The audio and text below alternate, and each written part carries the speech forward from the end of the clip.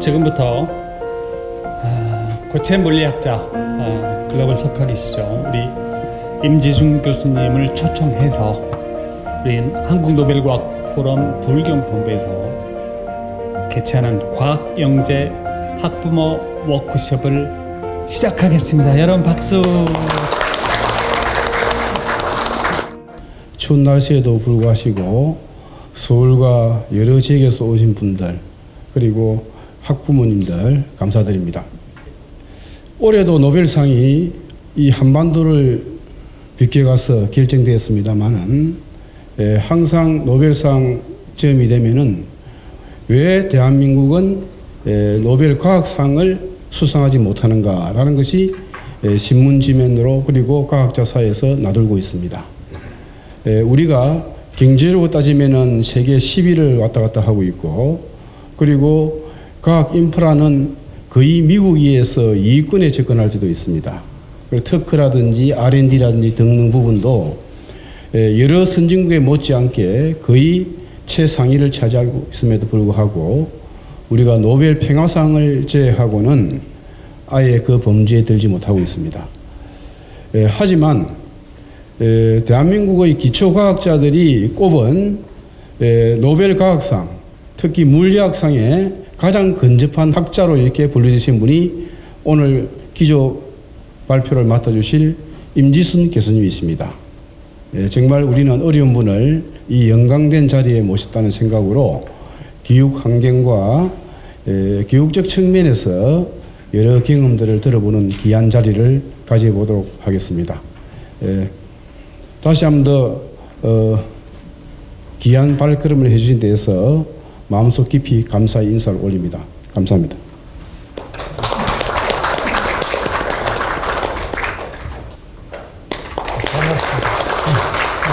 동일합니다. 우리가 노벨 과학 포럼을 만든 이유는 상을 받기 위해서 하는 그런 차원보다는 우리 대한민국이 과학 기술을 저변 확대해서 그 새로운 과학도들에게 창의력을 제공하는 그런 포럼이 필요하겠다 해서 발족을 했습니다. 오늘 이 기조 강연을 해주실 임지순 석학 교수님께서도 아마 그 창의력에 대한 여러 가지 좋은 말씀을 하실 거로 그렇게 생각을 합니다.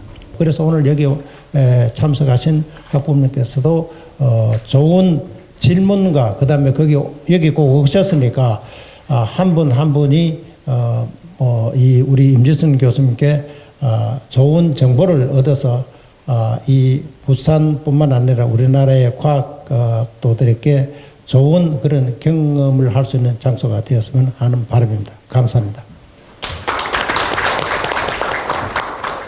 과학고와 영재학교는 미래 사회의 변화와 혁신을 선도하는 핵심 인재 양성을 위하여 설립되었습니다. 이를 위해서는 각 학교의 설립 취지에 맞는 학생 선발과 제대로 가르칠 수 있는 시스템의 효율적 운영이 상당히 중요합니다. 이와 더불어서 과학영재를 기르는 학부모님들의 인식과 역할은 더욱더 중요하다고 생각합니다. 만약 이 중 어느 하나라도 제 기능을 다하지 못한다면 우리 학생들의 꿈을 펼칠 기회를 망가뜨리는 것이 될 것입니다. 오늘 한국 노벨 과학 포럼이 주최한 과학영재 학부모 워크숍을 계기로 가까운 미래에 한국인 노벨 과학상 수상자가 샘물처럼 솟아날 수 있는 전환점이 되기를 희망하면서 이를 위해서 부산영재교육진흥원도 모든 지원을 아끼지 않도록 하겠습니다. 한국 노벨 과학 포럼의 무궁한 발전과 이 자리에 함께 하신 모든 분들의 건강과 행복을 기원합니다. 네, 감사합니다. 오늘 핵심 키워드는 편안하게 교수님한테 많이 여쭙는 게 핵심이기 때문에 부담 갖지 마시고 편안하게 빠른 속도로 많은 궁금한 점을 풀어가는 게 오늘 행사의 취지입니다. 교수님 먼저 말씀을 좀 저희들이 듣겠습니다. 예. 부산에 와서 참 여러분 반갑습니다. 제가 부산하고 인연이라면은 제가 부산에서 났습니다. 근데 여기서 살았다기보다도 그 6.25 이후에 이제 피란 와서 그 동안에 이제 제가 여기서 태어났고 고향이 이제 부산이시라 이렇게 부산 뭐, 챙겨주시. 네. 하여튼 여기 태어나셨으니까. 나와서 몇 년을 살았어요. 네, 참 다행이라 생각합니다. 부산에서 이렇게 뵙게 돼서. 지금 저희 그 영재교라든지 과거 이 학부모들은 가장 사실은 고민이 아이들의 진로거든요. 물론 이제 수학, 과학이 우수했기 때문에 아이들이 들어가긴 했는데, 이 좀 사회적으로 분위기가 자꾸 의대 쪽으로 애들을 몰고 있는 느낌이 좀 있거든요. 영재교 과거의 가장 큰 숙제는 지금 의대 쪽으로 흘러가는 아이들을 어떻게 막는다는 것도 사실은 조금 웃기는 표현입니다. 그 아이들의 자율의지인데 그걸 막는다는 것도 이상하지만 그 의대 쪽으로만 너무 지금 쏠리고 있는 현상 자체에 대해서는 박사님께서 어떻게 생각을 하시는지 좀 궁금합니다.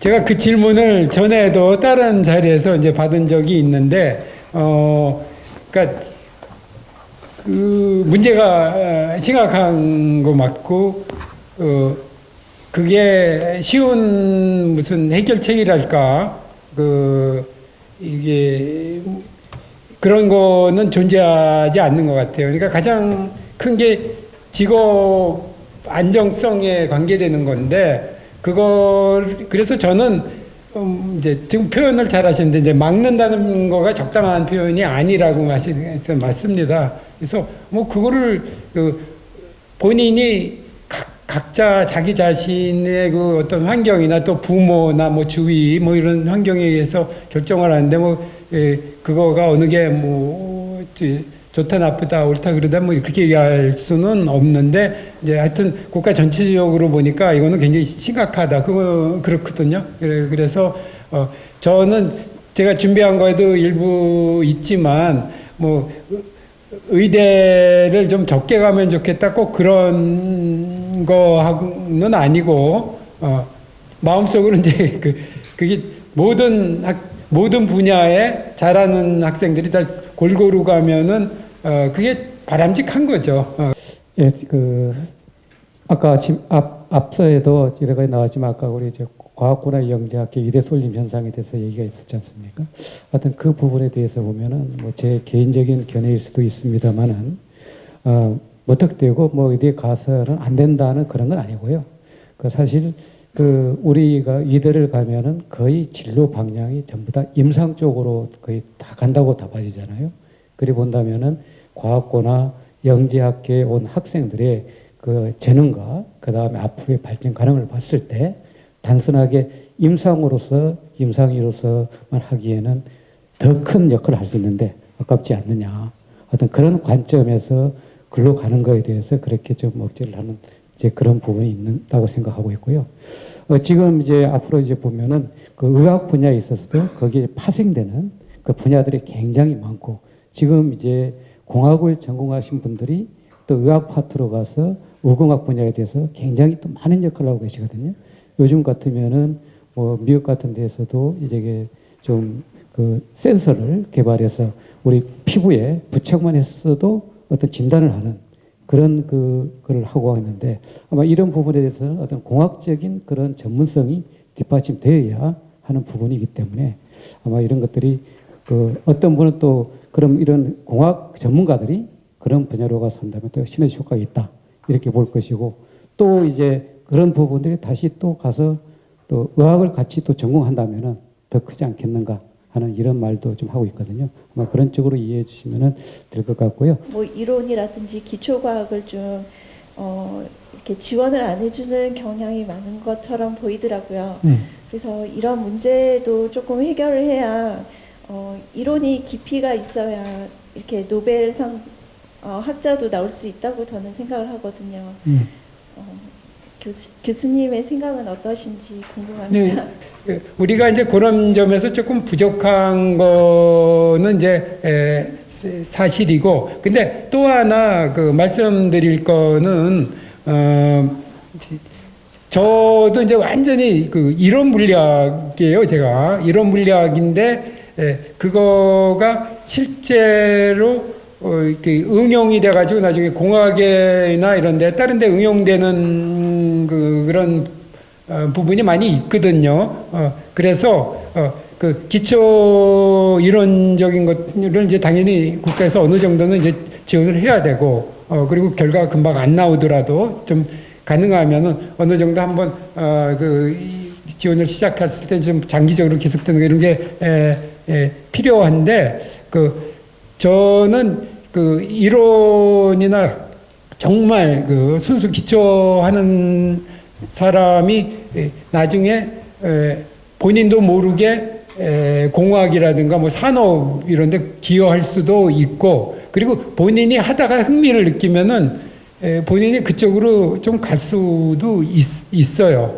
저도 나이가 좀 들면서 이건 좀 응용까지도 좀 해봐야겠다. 근데 내가 그걸 다 모르거든요. 그러면 같이 공동 연구하면 됩니다. 저는 이제 공대분이랑 공동 연구 많이 하고요. 외국 분들이랑 공동 연구합니다. 그래서 그렇게 연결이 될 수 있기 때문에. 사실 지방대학에 대한 교수들은 이렇게 중앙의 뭐 스카이에 비해서는 그 지원이 정말 적거든요. 그래서 정부에서 뭐 이렇게 뭐 학교 통합해라 뭐 이렇게 많이 밀어붙이는데 이런 문제에 대해서는 또 어떻게 생각하시는지. 지금 그러니까 지금 지방대 문제는 좀 심각하죠. 그거보다 더 심각한 문제는 이제 학생이 참 안 오더라고요. 그거는 근데 그거 너무 큰 문제라서 제가 지금 제기하신 문제가 정말 중요한데, 우리나라 전체적으로 앞으로 대학이 이제 어떻게 갈 것이냐 해서 저는 기본적으로는 이렇게 생각합니다. 일본도 이제 좀 비슷한 것 같은데, 일본에서 그거는 잘하는 것 같아요. 일본이 다른 거 우리보다 요새 와서 못하는 게 굉장히 많은데, 예를 들어 뭐 노벨상 같은 거 보면 우리는 상대도 안 되게 앞서가잖아요. 근데 교육이나 이런 데서 어떤 그 연구 지원하는 데서 거기는 두 가지를, 그러니까 투 트랙으로 딱 하는 것 같아요. 그러니까 이 금방 이 사람은 이미 이제 증명된 뭐가 있느냐 해서 그런 거가 없더라도 좀 이렇게 앞으로 많은 어디에서 뭐가 튀어나올지 모르니까, 노벨상도 사실은 원래 제일 특징이 그거 아니에요? 어디서 나올지 모르는 데서 이제 나온 게 제일 특징인데, 뻔한 데서는 오히려 잘 안 나와요. 그래서 그러니까 그 어느 정도는 다 연구를 이제 교수라면은 모든 대학에서 본인이 이제 할 의사만 있다면은, 그리고 지금 그 교수들은 우리나라에서 모든 대학, 제가 알기에 하여튼 뭐 이렇게 감히 얘기할 수 있는데, 모든 대학 교수들이 다 사실 그러니까 퀄리티 그러니까 레벨이 굉장히 높습니다. 그러니까 다 하면은 꽤 성과를 낼 수 있는 분들이 지금 교수분들이세요. 그래서 근데 이 학생 문제는 그건 더 심각한 것 같아요. 보통 교수들이 그 학생이 있어야 좀 연구를 좀 하기가 쉽고, 이제 같이 하고 논문도 이제 같이 쓰고 그러면서 학생 또 키워야 되잖아요. 교육자니까. 근데 그 문제는 제가 쉽지 않아서 그거는 좀 더 그 전문적으로 잘 하실 분이 고민하시고 감사합니다. 그렇게 만나 뵙게 돼서 영광입니다. 저는 한국과학영재학교 2학년 학부모입니다. 저는 질문이 두 가지가 있는데요. 좀 약간 편견일 수 있는데, 우리나라에 훌륭한 석학분들이 많으셨는데 그동안 노벨상을 못 받게 된 것이 약간 한국인이라는 그런 한계 때문에, 그러니까 국적 때문에 그렇다는 편견을 들었습니다. 그러니까 만약에 허준희 교수님 같은 경우도 그분이 미국 국적이었기 때문에 필즈상을 받을 수 있었다 그런 얘기가 있고요. 그래서 그런 것 때문에 진짜로 그동안 노벨상이 한 번도 안 나온 건 아닌가 그런 생각이 혹시 있으신지 궁금하고요. 예, 또 하나 질문 먼저 하세요. 두 번째는요. 교수님도 석사, 박사를 미국에 사셨던데요. 그러니까 우리나라 훌륭한 학생들이 한국에서 대학원을 다니면서 있는 것보다 차라리 큰 나라에 가서 그렇게 배우고 그곳에서 포닥도 하고 그쪽 연구소에서 일해보고 그런 경력들이 도움이 많이 되는지, 그리고 그게 뭐 우리나라 인재 유출이다 하면서 싫어하는 사람들도 많더라고요. 그래서 진짜 인재 유출이라 생각하시는지, 그리고 만약 그곳에서 자리 잡게 되면 들어오지 말고 있는 게 나은지 그 교수님 의견이 궁금합니다.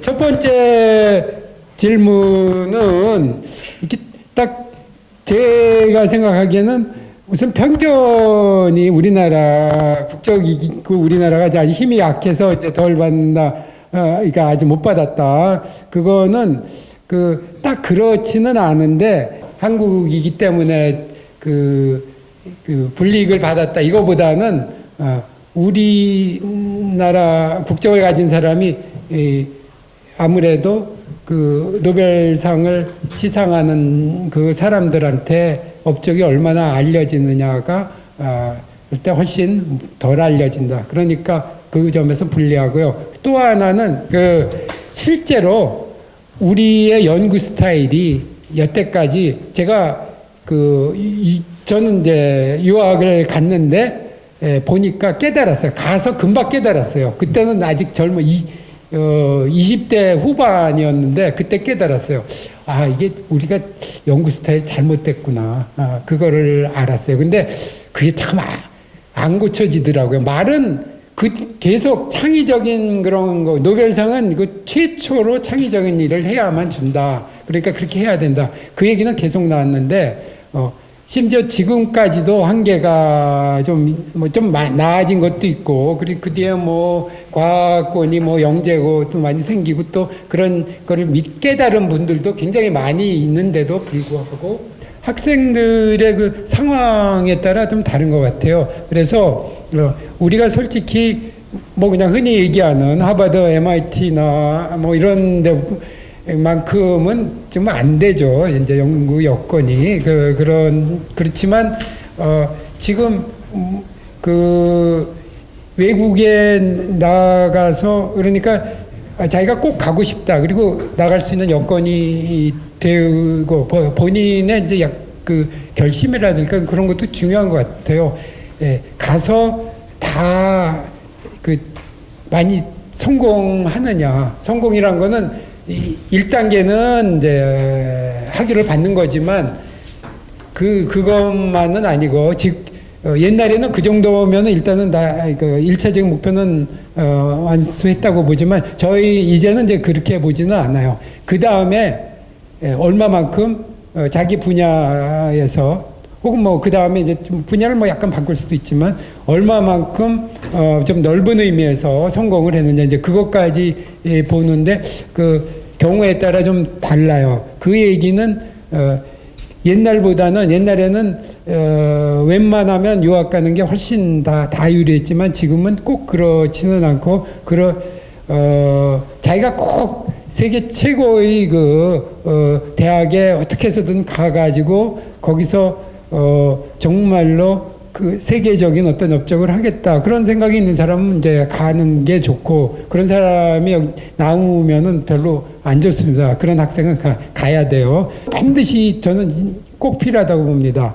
그러니까 학위를 거의 이제 외국에 저명한 대학에 가서 이제 하지 않더라도 국내에서 하더라도 외국에 이제 경험은 꼭 쌓아야 됩니다. 우리는 이제 그거를 포스닥이라고 보통 부르죠. 포스닥은 외국에 가서 보통 한 번 하면 이제 2년은 좀 더 오래 할 수도 있는데 그거는 저는 무조건 권합니다. 저한테 박사학위를 받는 학생도 그래야만 아무래도 시야가 넓어지거든요. 만약에 효율적으로 따진다면은 과학 분야 중에서도 어느 분야는 유학을 갔을 때 좀 더 효율을 높일 수 있다 이런 분야가 있을까요? 그거는 이제 딱 어느 분야라기보다 그러니까 분야가 결국 나타나겠죠. 이렇게 봤을 때 이 분야는 우리나라가 아무래도 좀 떨어진다. 그러니까 이거는 뭐 국가 전체 뭐 정책이니 이런 걸 떠나가지고 사실 지금 우리 애한테 제일 좋은 걸 해야 되잖아요. 제일 맞는 거. 그러면은 그게 어떤 분야는 아직은 우리나라가 어디에 가든 좀 이거는 외국에 가는 게 훨씬 거기가 훨씬 앞서 있다 이러면은 그리고 또 근데 거기 가서 저것도 조금은 생각해야 돼요. 외국에 가가지고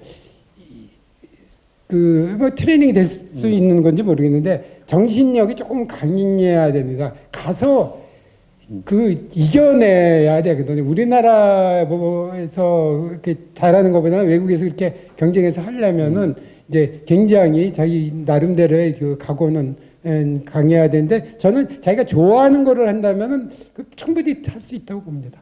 예. 제가 보기에는 보이는 것과 보이지 않는 것이 있어요.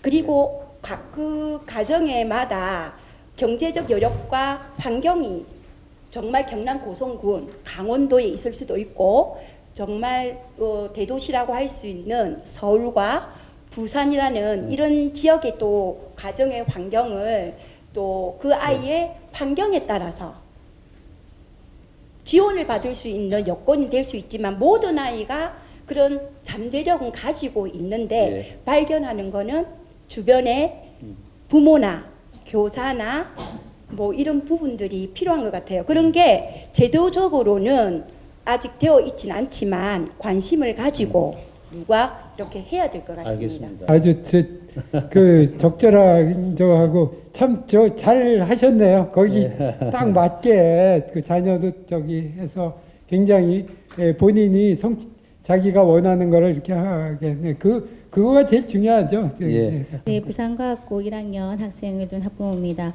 제가 이제 여기 포럼 오기 전에 교수님에 대한 거를 조금 찾아봤습니다. 근데 교수님의 너무 뛰어난 전력을 보면서 이런 분이 과학을 해야 되는 건가?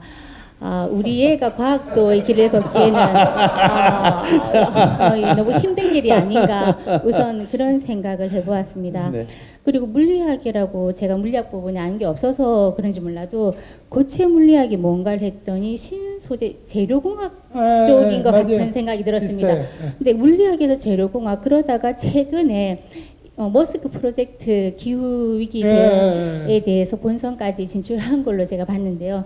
기후까지 이렇게 넘나드는 걸 보면서 여러 가지 생각을 했는데 제가 이제 개인적으로 궁금한 건 기후 분야에서 우리나라에 끼칠 영향력, 산업에 끼칠 영향력 이런 게 어떻게 될지 사실 조금 궁금했습니다. 기후 위기 문제는 워낙 심각한 문제고 제가 몇 년 전부터 이제 그쪽에 하고 있는데 이제 연결고리는 어떻게 되냐면 제가 고체 물리학을 했는데 신소재를 이렇게 만드는 거거든요. 근데 제가 만든 이산화탄소를 이렇게 흡착시켜서 없애는 그러니까 거기서 이제 관련이 된 거예요. 이쪽 분야로 뛰어들게 된 게 그러다 보니까 이제 점점 이 문제도 깨닫고 그래서 이제 열심히 노력하고 있고 아까 처음 얘기한 거 말씀하신 거에 이제 답변 하나만 하면은 각각 자기 분야에서 어떤 일정한 성공을 이루면 되는 것 같아요. 저는 이제 어쨌든 우리나라에서 이제 상당히 이제 좀 알려지고 뭐 이렇게 미국 이제 나스 회원도 되고 그랬지만 꼭 그래야 되는 거는 아닌데 중요한 거는 자기가 좀 10년, 20년, 30년 이렇게 살아가면서 나는 내가 좋아하는 걸 하고 있다. 아니 저는 오늘 여기 과학에 오기는 왔지만 저희 아들은 과학보다는 수학 쪽으로 두각을 많이 나타내는 아들이라서 그러니까 수학 쪽으로 이렇게 두각을 나타내는 것들이 과학처럼 어떤 뭐 그런 분야에 제가 어떤 식으로 이렇게 계속 이어지는지 구체적은 아니더라도 그러니까 아니요 그거는 저는 과학적으로 얘기해서 수학에 재능 있는 아이의 미래 어떤 그런 것들에서 제가 조금 아니요 그거 저희 주위에 다른 선생님이나 이런 분 많이 물어보세요. 지금 과학이라 그러는데요. 지금 뭐 인공지능이라고 수학이에요. 그러니까 꼭 뭐 인공지능으로 가려는 게 아니라 그 수학은 과학의 많은 분야에서 굉장히 중요하게 쓰입니다. 그러니까 전혀 오히려 수학을 잘 못해서 걱정이지 수학 잘하면 다른 거에 다 기여할 수 있어요. 네. 예, 걱정하지 마세요. 예. 단순한 질문인데요. 네. 과학고하고 영재고하고 똑같이 특목고잖아요. 네. 근데 순수하게 과학고하고 영재학교하고 그 차이점을 궁금합니다. 그거는 저는 잘 모르겠는데요. 여기 우리 교장 선생님 여기 같이 그거는 제가 두 학기를 다 경험했기 때문에 기본은 본질은 과학고하고 영재하고 똑같아요.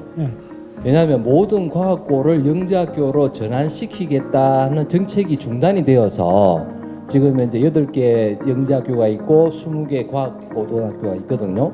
근데 이제 법 적용이 영재학교는 영재교육진흥법의 적용을 받고 있고 과학고는 초중등교육법의 적용을 받는 그 차이가 있어서 자율성이 영재학교는 상당히 좀 자율성이 많아요. 선발이라든지 교육과정 운영이 완전히 자유로워서 대한민국이 가야 될 학교의 형태가 영재학교다.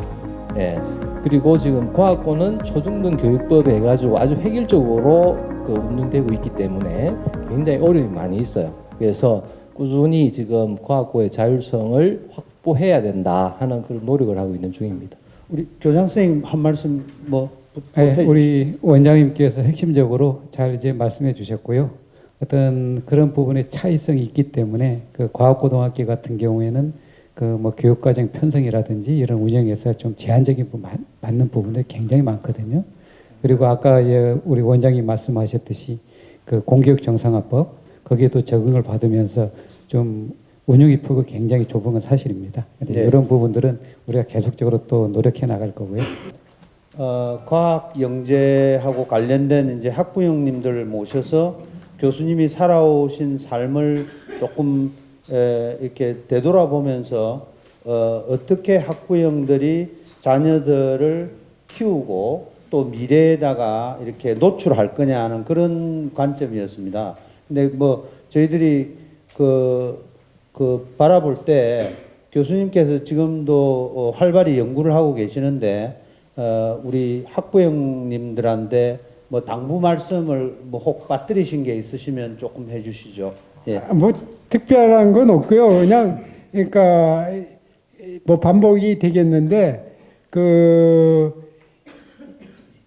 자녀분들이 좋아하는 거를 밀어주는 게 가장 좋은 이제 가정의 교육인 것 같습니다. 네. 예.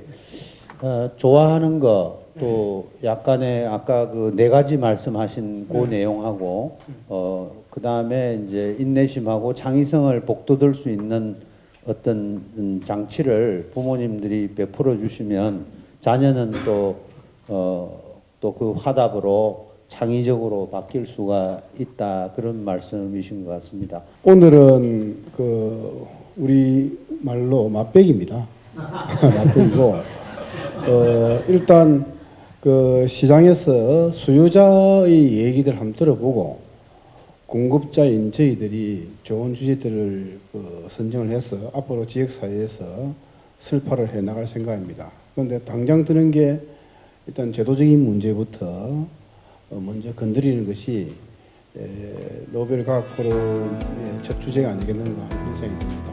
오늘 주신 많은 말씀들 그리고 교수님의 그 귀한 경험과 지식 그리고 노하우들을 섞어서 다음 주제들을 잘 선정해서 선보이도록 하겠습니다.